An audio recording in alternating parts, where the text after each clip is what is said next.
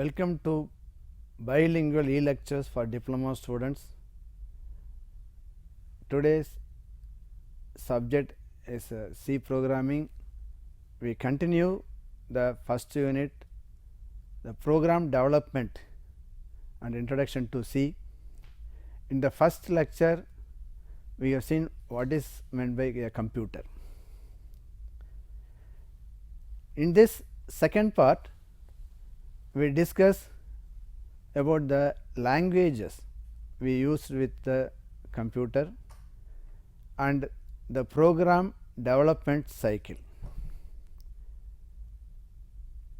So, we instruct the computer through a language. So, language is a medium of communication. We use spoken and written languages to communicate with other people. Sign language also used to communicate with the computer. We need some mode of some type of language to instruct. That instruction should be given in a computer understandable language. We understand Tamil or English or Hindi, but the computer cannot understand those natural languages as it is. So, we use a special type of language which is called a computer language. So, the languages used to communicate with the computers are called computer languages. The instructions should be given using these languages. This instruction is a program is a sequence of such instructions written in a computer language to perform a particular task or a process. So, programming is an act of writing a program. Now, we will see what is meant by programming. All the activities which are involved in solving a problem using the computer is called programming. It is a process of designing, writing, testing, debugging and documenting as well as maintaining the program. In a much narrower sense, it is the coding and testing of a program. So, this program development is a systematic way of developing a software. We develop software or a program in a particular using a particular computer language. This is a systematic way to express our ideas, to give instructions to the computer. So, it provides an organized plan for breaking down the task of program development into manageable parts. So, each phase must be successfully completed before moving on to the next phase. So, some parts are repeated. The output of a particular phase will be used as the input for the next phase. So, the programming needs the following steps. The entire steps are called program development cycle. There are three stages in the program development. The initial stage, which involves the problem definition, analyzing the problem and its requirements and designing a method to solve the problem. It is the initial stage. After developing an algorithm or a method, the programmer starts writing a code which is called a coding. It has a debugging and testing and validation, and finally documentation and maintenance.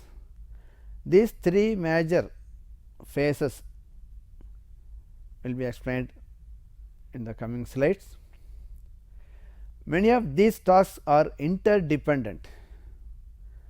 That means the initial stage gives the details for the coding or programming stage. After programming and testing, the document or the maintenance instructions are prepared.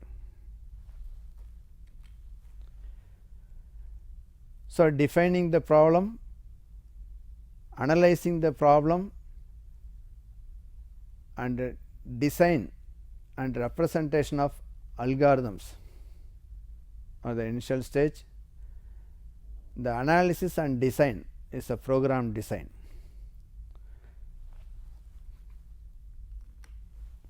First, defining and understanding the problem. Actually, when we solve a particular kind of problem using a computer, the user or the customer gives a specification, actually what is required or what is his problem. So, the initial defining or understanding the problem stage, it involves expressing and clarifying the exact specification of the problem. Here it is exactly what we are supposed to do. The problem should be clearly defined. So, it states the input specification, which is the data availability, what is available with the problem, and what is required from the solution, that is called the output specification, and the special processing, that means is there any criteria or limitations or conditions in the data or output specifications. These components define the problem. So, after understanding the problem, the programmer or system analyst should analyze the problem and find a solution. This is one of the role of a system analyst, to analyze and define the requirements of software system and the suitable method to solve the problem from the details provided in the problem statement. Analyst or system designer has to develop a step by step method of arriving a solution and the overall structure of the problem. As a result of this analysis and design, we get the structure charts or data flow diagrams, flow charts, the documents which define the form of input, the documents which define the form of the output. These are the result of the analysis and design phase. After getting the information from the design, the programmer can start writing a code by deciding the language. So, this is a coding stage. Coding means programming or writing instructions for the computer using any programming language. The programmer translates an algorithm or flowchart into a program using any programming language. These instructions are the actual program. The code must be simple and easy to understand. The next phase is a debugging. In computer terminology, bug means error. So, debug means removing errors or eliminating the errors. So, debugging is the process of identifying and correcting the errors in the program. While compiling a program, there may be some errors which are called as the syntax errors. We will see different types of errors in the next slides. Compilation is a process of translating the program into machine understandable form. So, after successful compilation, the program can be tested on the system. So, the debugging is done after coding. During compilation, the user may get or the programmer get different types of errors. It may produce syntax errors, runtime errors and logic errors. So, these are the three major types of errors while developing a program. Syntax error occurs when there is a violation of rule of a language. These errors are normally easy to correct because the compiler will point out the line numbers where the error occurs, like missing of semicolon or braces or type of a procedure, return type for a procedure, missing or duplicate variables, data type errors, type mismatch on assignment, type mismatch between actual and formal parameters. Actually, these details like parameters we will see in programming, but generally syntax error means language grammatical errors in the structure. So, runtime errors, these types of errors occur during execution of the program. Actually, the program will be successfully compiled, but during execution there may be some errors. Errors such as mismatch of data types or array out of bounds are known as execution error or runtime errors. The execution or runtime errors are not detected by the compiler. So, programs with runtime error will run, but produce erroneous results. The logic error is an error which causes the computer to do something other than intended. These errors must be found and corrected by the programmer. Sometimes this can be time consuming and difficult. These are the errors related with the logic of the program execution. These errors are not detected by the compiler. They are primarily due to the poor understanding of the problem or lack of clarity, such as hierarchy of operators. Such errors cause incorrect results. So, another stage of the program development is testing and validation. So, initially we analyze understand the problem, find an algorithm to solve the problem. Based on the algorithm, the programmer write the instructions or a program and compile it and rectify the syntax errors during compilation. After compiling successfully, it can be executed. During execution also there may be some errors due to some logical problems. So, after rectifying those logical errors, now the program is ready. That means it is perfectly working. But the testing and validation is another level of debugging. That means we test the software for its completeness, whether the program works for all kinds of input data that can be tested on in the testing and validation phase. So, after removal of syntax errors, the program will execute.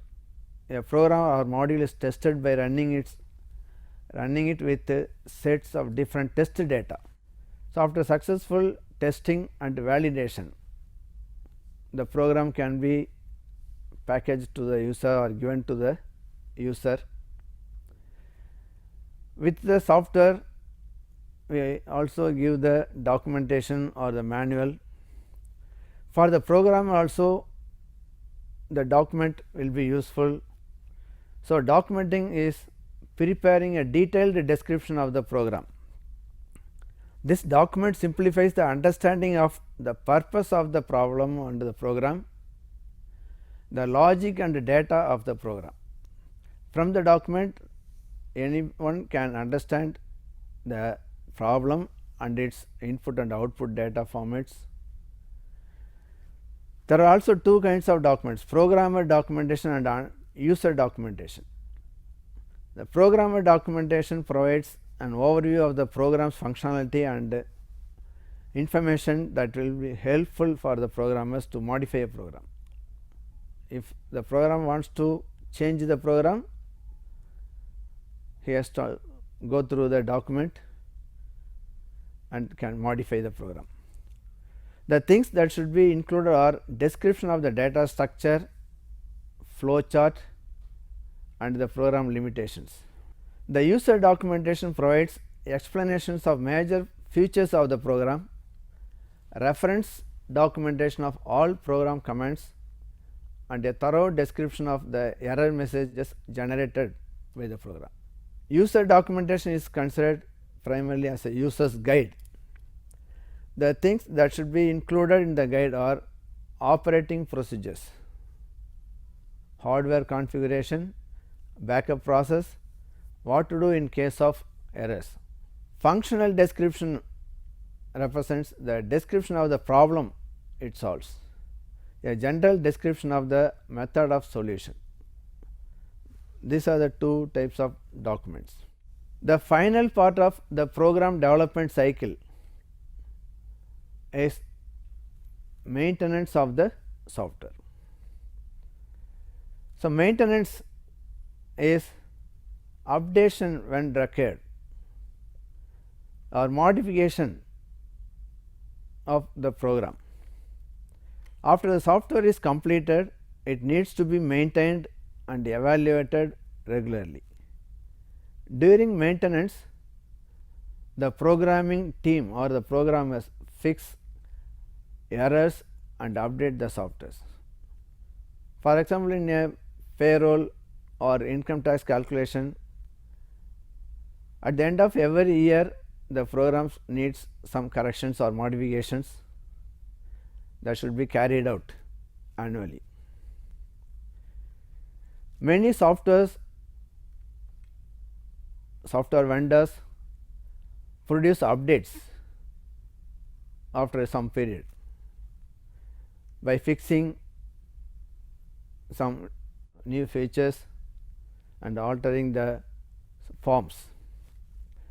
So, in the programming development cycle, we have seen different stages: problem definition, analysis and design of the problem, and the programmer's part, the coding, debugging, and testing of the program, and the final stages, documentation and maintenance of the software. All these modules or stages are called program development cycle. Now, for the developing a program, we already saw a computer language is used for communication with the system. We use a computer language to write a program. So, that computer language is classified into different categories based on the levels of difficulties. So, the level of programming languages are discussed now. Programming languages are classified according to a set of characteristics that describe the nature of each language, the purpose of the language, and the method of solving problems. So, we classify the languages. So, another type of classification is based on the simplicity. So, low level languages, high level languages, very high level languages.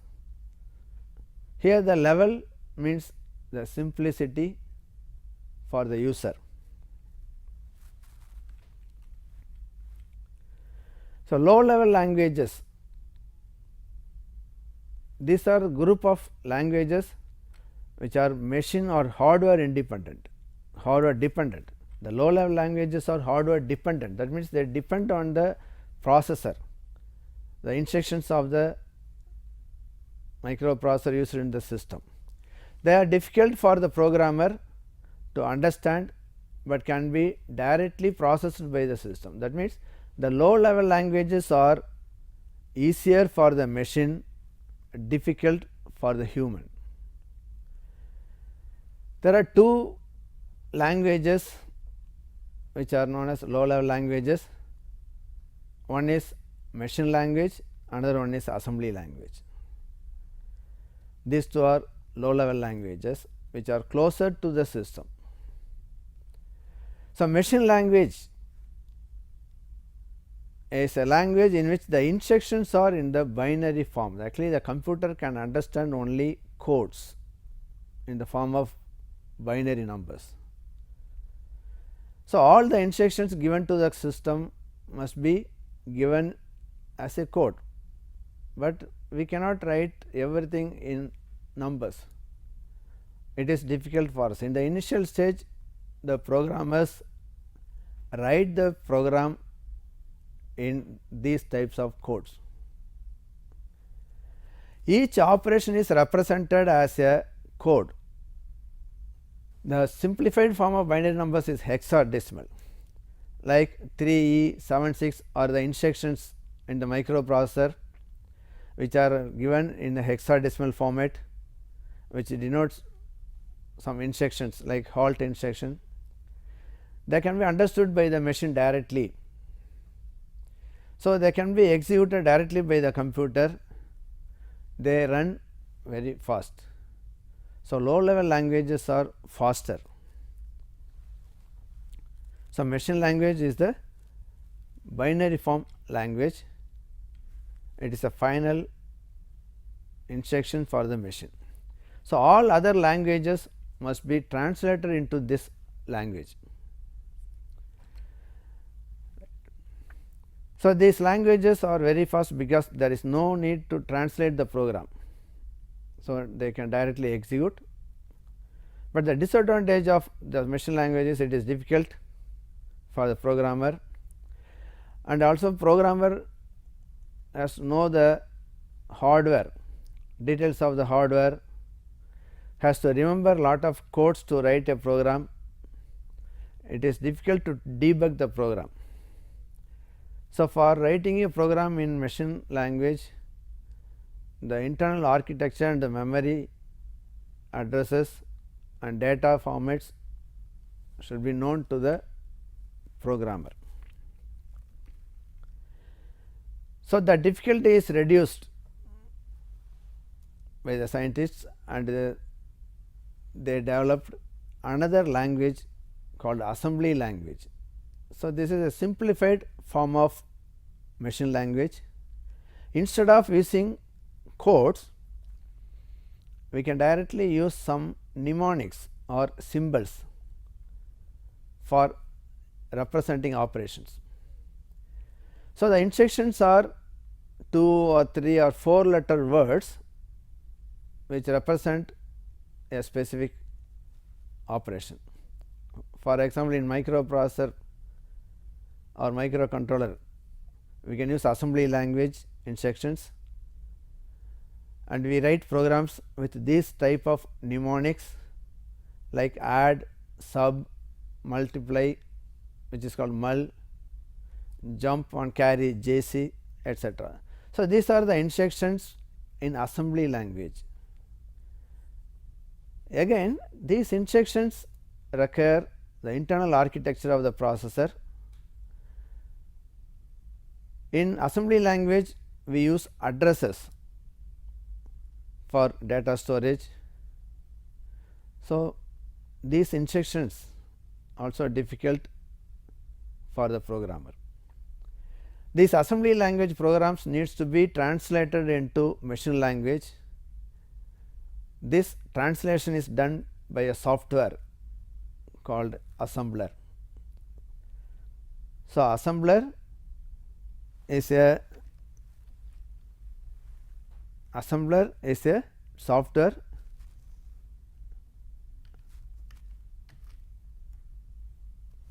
for translating assembly language into machine language.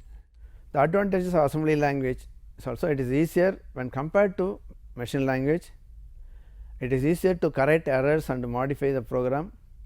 Assembly language has same efficiency of execution as a machine language, but the disadvantage is it is machine dependent. The instructions depends on the processor. So, program written for one computer might not work on another computer, or it needs modifications. So, the low level languages like machine language and assembly languages are difficult for the user.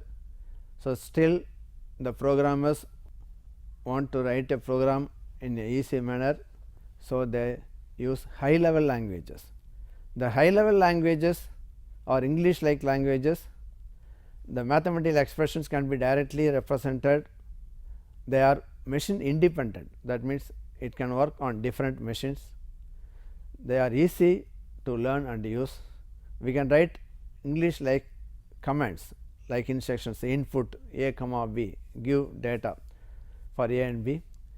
If a greater than b, then print a is greater. These are the sample instructions in a basic language. So, they need to be translated. These high level language programs also need to be translated into machine language programs. For that, compiler and interpreters are used. For some languages, we can use interpreters. For languages like C, Pascal, etc., we use compilers.